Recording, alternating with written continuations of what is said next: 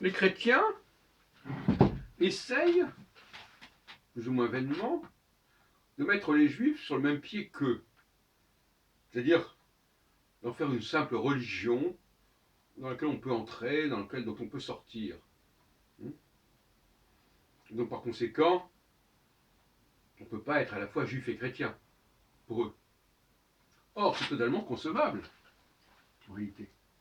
Parce que la réalité juive ne se situe pas sur le même plan que la réalité chrétienne.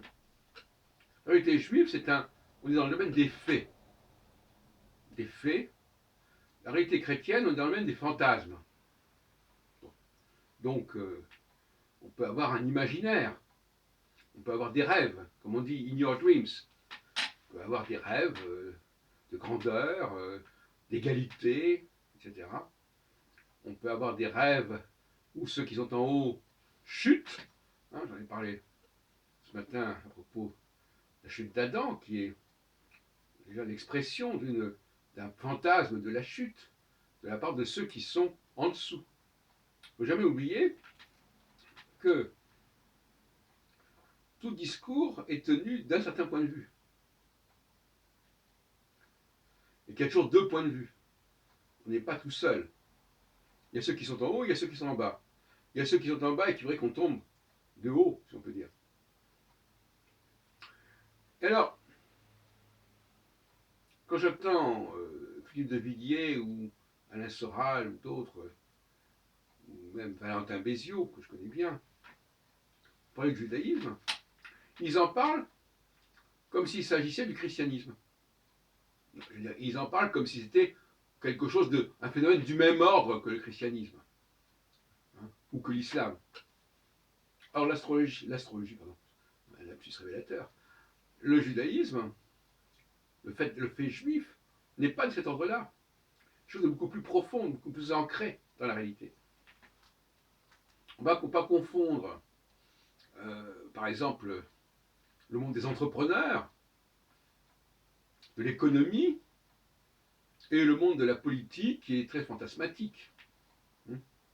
Créer une entreprise, c'est pas tout à fait la même chose que créer un parti politique, par exemple. Alors, quand on rêve que l'autre tombe, que l'autre chute, eh bien voilà, il y a une conception comme ça de gens qui sont soudés dans ce rêve, dans cette attente, de cette espérance, que la fin sera comme ils l'espèrent.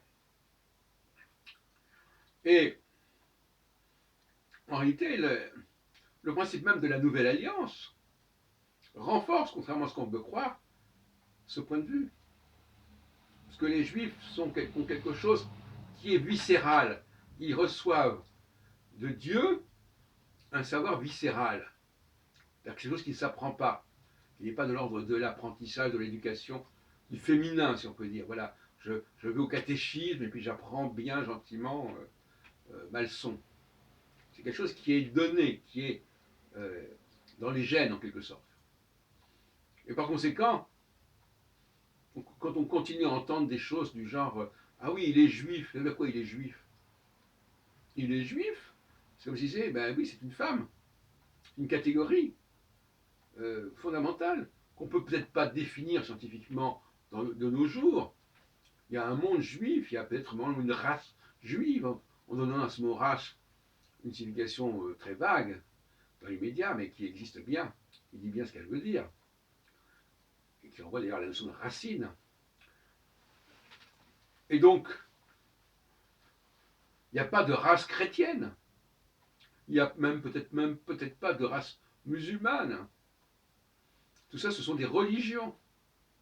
Et le judaïsme n'est pas une religion, en tout cas n'est plus une religion, et n'est pas en tout cas qu'une religion, c'est une évidence. J'ai dit sur d'autres plans. Alors, des gens comme Shlomo Sand ne veulent voir du judaïsme que la dimension religieuse. Non. La religion juive n'est qu'un épiphénomène, quelque part, par rapport à la race juive. Et la race juive, elle peut s'agrémenter de n'importe quelle culture.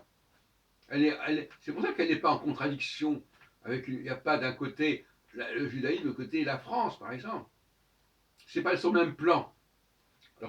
Alors que dans notre cas, les religions sont en conflit avec le monde politique, avec le monde juridique, parce que c'est sur le même plan.